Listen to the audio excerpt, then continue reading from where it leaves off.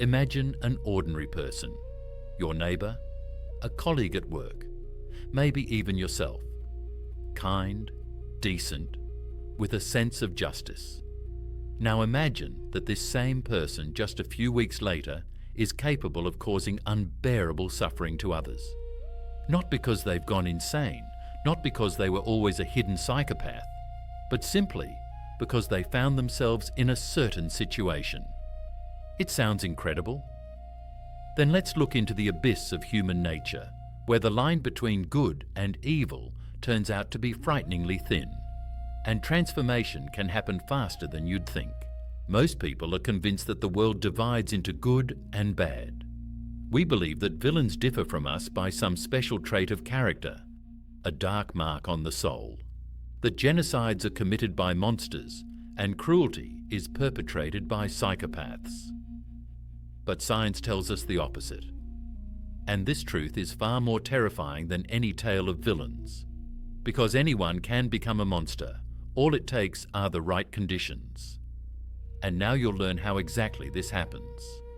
Let's start with what shocked the world of psychology in the early 1960s. Stanley Milgram, a young scientist from Yale University, asked himself a question. How could millions of ordinary Germans participate in the Holocaust?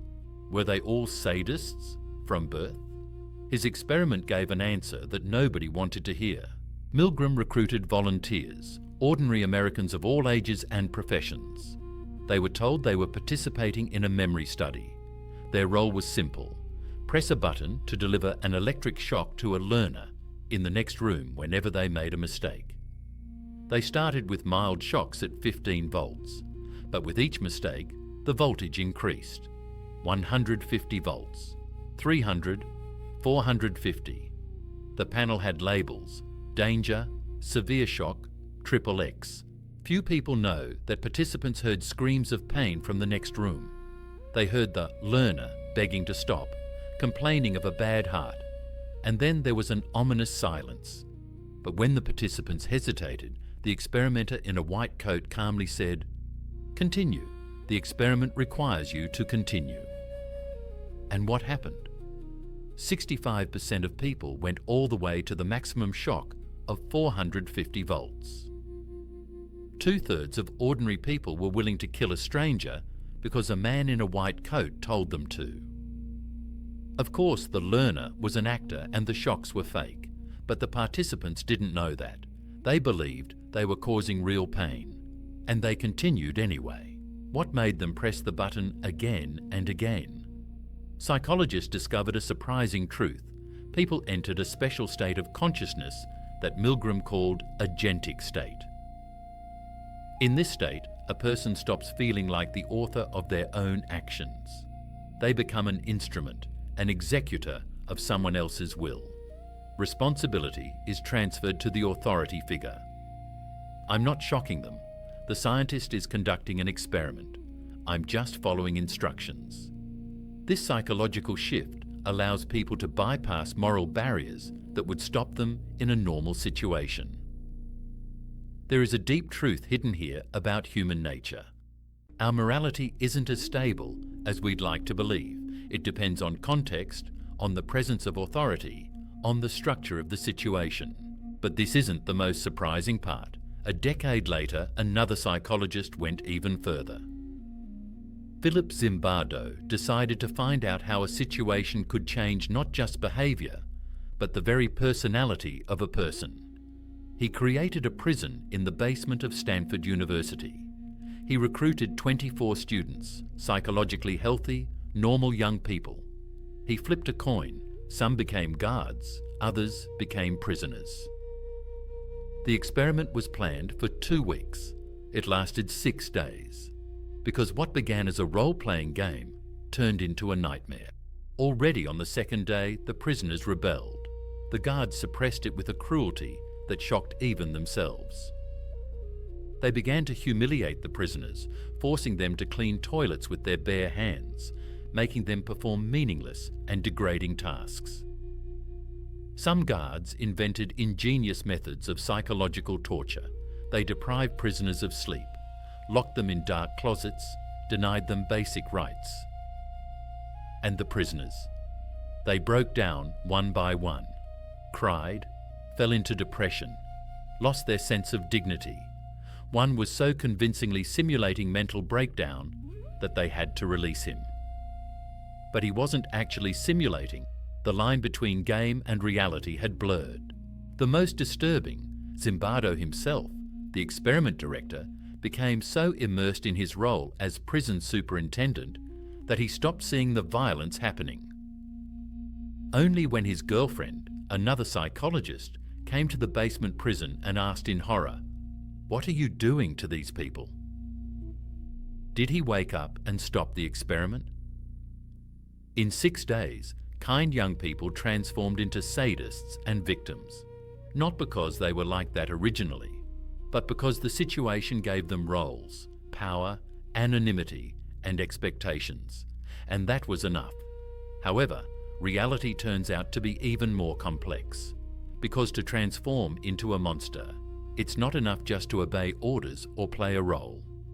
One more thing is needed, the ability to justify your actions to yourself. And here Hannah Arendt takes the stage, who observed the trial of Nazi criminal Adolf Eichmann in Jerusalem. Eichmann was responsible for the logistics of the Holocaust, for transporting millions of Jews to death camps. Arendt expected to see a demon, a creature from hell. Instead, she saw an ordinary bureaucrat, a man who spoke in cliches, never thought about the consequences of his actions, just did his job. He didn't feel hatred toward Jews. He was just making a career, trying to efficiently organize transportation, worrying about train schedules. The amazing truth is that he never asked himself whether what he was doing was morale. He didn't see people in those he was sending to their deaths. He saw only numbers, tasks, orders. Arendt called this the banality of evil. Evil doesn't have to be demonic. It can be boring, ordinary, bureaucratic. Most people find shocking the fact that the greatest horrors in history were perpetrated not by villains from horror movies, but by ordinary people who simply didn't think. Didn't think about consequences, didn't put themselves in their victim's place, didn't question the system. Few people know that thoughtlessness can be more terrifying than deliberate cruelty, because a villain at least realizes they're doing evil, but a person who doesn't think doesn't even understand that, and that makes them more dangerous.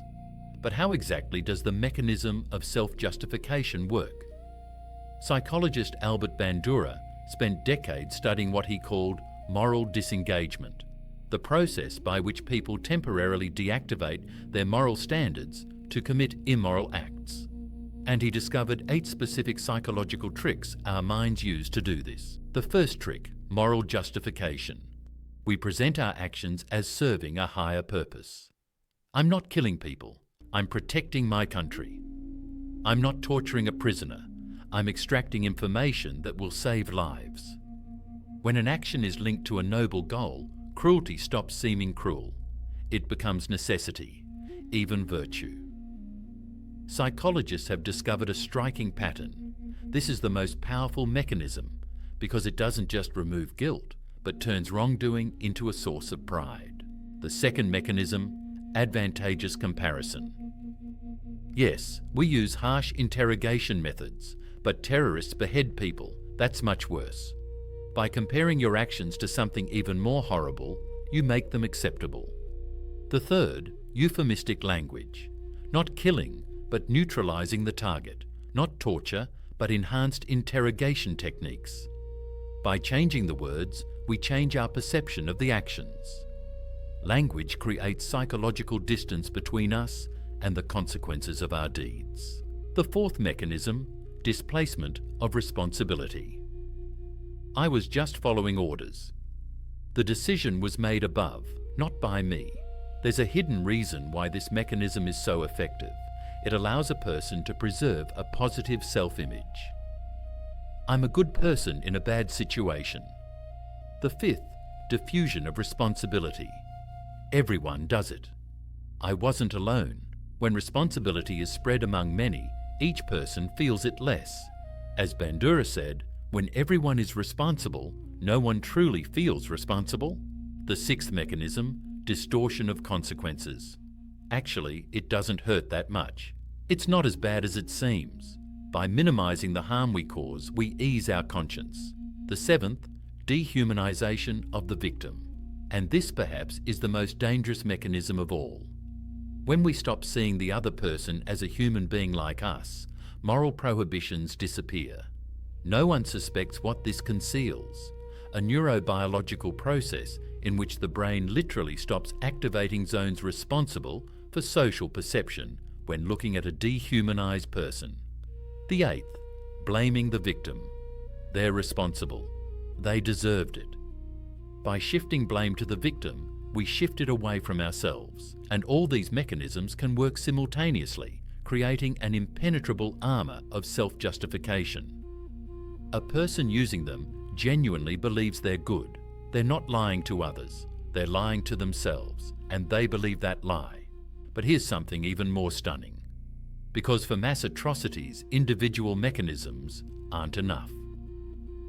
One more thing is needed: dehumanization at the social level. And here we turn to one of the most horrifying examples in history, the Rwandan genocide of 1994, where approximately 1 million people were killed in 100 days. It didn't start with killings, it started with words. The radio station RTLM spent months calling Tutsis cockroaches and snakes. Not humans, insects, parasites that needed to be exterminated. The newspaper Kangura published cartoons depicting Tutsis as monsters. Propaganda was carefully calibrated, first light jokes, then harsher hints, gradually conditioning people to dehumanizing language. Behind apparent simplicity lies a complex mechanism of psychological conditioning. When the genocide began, neighbors killed neighbors. Teachers killed students. Doctors killed patients. Ordinary people took machetes and went from house to house. Research shows that the influence of radio propaganda was direct. In villages with good RTLM signal reception, violence was significantly more intense. Propaganda didn't just incite hatred, it gave permission, legitimacy. It said, this isn't murder, this is cleansing, this is protection. Behind this lay social identity, a powerful psychological mechanism that shapes our sense of us against them. Psychologists Henry Tajfel and John Turner showed that people automatically divide the world into groups and begin favouring their group, even if the division is completely random. We define ourselves through group membership, nation, religion, ethnicity, class. And when a group feels threatened, real or imagined, ancient protection mechanisms activate. They become enemies. They stop being human. They are a threat that must be eliminated. In Rwanda, Hutus were convinced that Tutsis threatened their survival, even though most Tutsis were as poor as most Hutus. In Nazi Germany, Jews were blamed for all the country's ills. In every genocide, the same pattern repeats, creating an image of the enemy, dehumanization, mobilizing the group against them. And ordinary people, who would never raise a hand to a neighbor in normal circumstances, become killers when they start perceiving them as a threat to their group. However, reality turns out to be even more complex, because transformation doesn't happen instantly. It's a process, a slippery slope that people descend gradually, step by step, without even noticing how far they've gone. Psychologists call this incremental evil, or the slippery slope effect. Most people don't realize that a small moral compromise paves the way for a bigger one. Research shows a striking pattern. If a person commits a minor violation and justifies it, the next violation seems less serious. Then another and another. Each action slightly expands the boundaries of what's acceptable. I just slightly exaggerated in my report. I just shoved him a little. I just turned a blind eye to what others were doing. Each just is another step down the slope. In the case of Abu Ghraib, the infamous Iraqi prison where American military personnel tortured detainees, cruelty, didn't start immediately. First came minor humiliations, then they became more serious. When no one stopped it or punished it, the boundaries shifted further. Psychological research into Abu Ghraib revealed all the same factors: lack of oversight from command, stress, unclear rules, dehumanization of Iraqi prisoners, group dynamics that blurred individual responsibility. Soldiers who tortured people weren't sadists. They were ordinary young men and women who gradually got used to horror and stopped noticing it. Few people know that in this process, cognitive dissonance plays a key role. The discomfort we feel when our actions contradict our beliefs. When a good person does something bad, a psychological conflict arises, and our mind resolves it not by changing behaviour, but by changing beliefs. If I did it, then it must have been right. They must have deserved it. It's not that bad. We change our moral standards to match our actions, and with each such change, we move further from who we were. Psychological defense mechanisms work constantly, protecting our self-image as a good person. Even while committing terrible things, a person continues to think of themselves as moral. This isn't hypocrisy, it's self-deception working at the subconscious level. The brain protects us from recognizing our own monstrousness. And there's a deep truth about human nature hidden here. We don't so much commit evil while recognizing it as we fail to notice that we're doing evil, convincing ourselves we're doing good. So what does this mean for each of us? Does it mean we're all potential monsters? In a sense, yes. But this is no reason for despair. It's reason for vigilance. The philosophical meaning of all these studies isn't that people are inherently evil. It's that good and evil aren't fixed personality traits. They're the result of interaction between person and situation, individual and system. A good person in a bad system can become a monster. But this also means that by changing systems and situations, we can prevent evil. There are several key factors that protect against sliding into darkness. First, awareness. Knowledge of these mechanisms is itself a protection. When you know about moral disengagement, dehumanization, diffusion of responsibility, you can notice them in action and resist. Second, independence of thought. The ability to question authorities, orders, and accepted opinions. The 35% in Milgram's experiment who refused to continue possessed precisely this ability. The third factor, empathy, and the ability to see other people. Dehumanization only works when we forget that the person before us is as human as we are. The practice of perspective taking, trying to imagine what the other person feels, is a powerful protection against cruelty.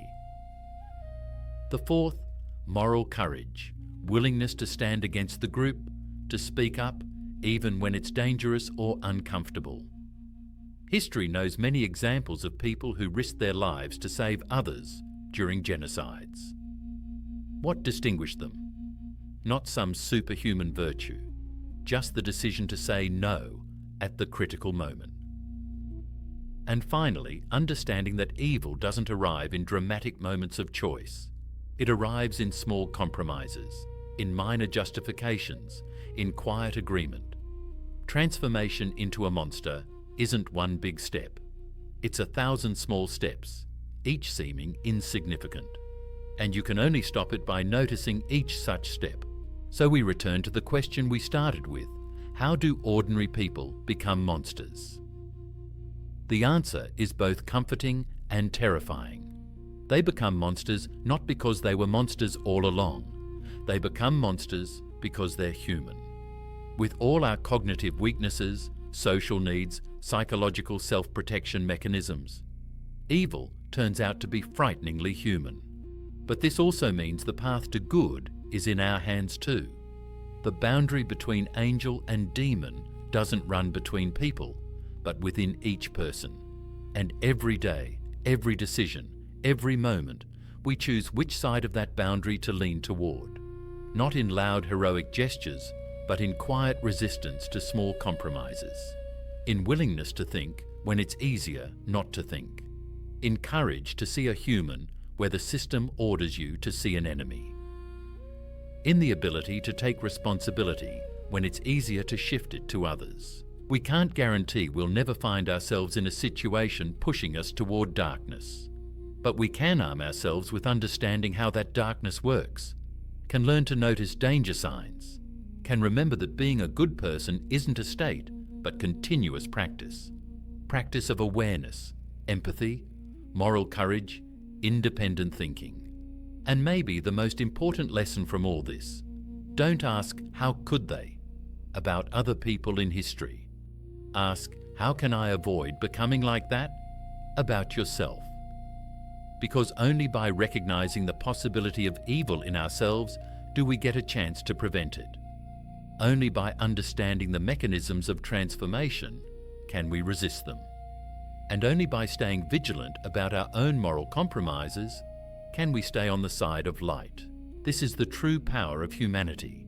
Not that we're incapable of evil, but that we can recognize this possibility and make a choice, again and again, every day, in every situation. Transformation works both ways, and if a person can slide into darkness, they can also climb toward the light. It all depends on the choice we make, not at some grand moment of truth in the future, but here and now, in every little thing, in every interaction, in every thought. Don't forget to subscribe to the channel and give a like if this material made you think. Share this video with those who care about understanding human nature. Together, we can create a more conscious society, resistant to manipulation and capable of recognizing dangerous mechanisms before they lead to tragedy. Thank you for your attention, and remember, knowledge of darkness is the first step toward light.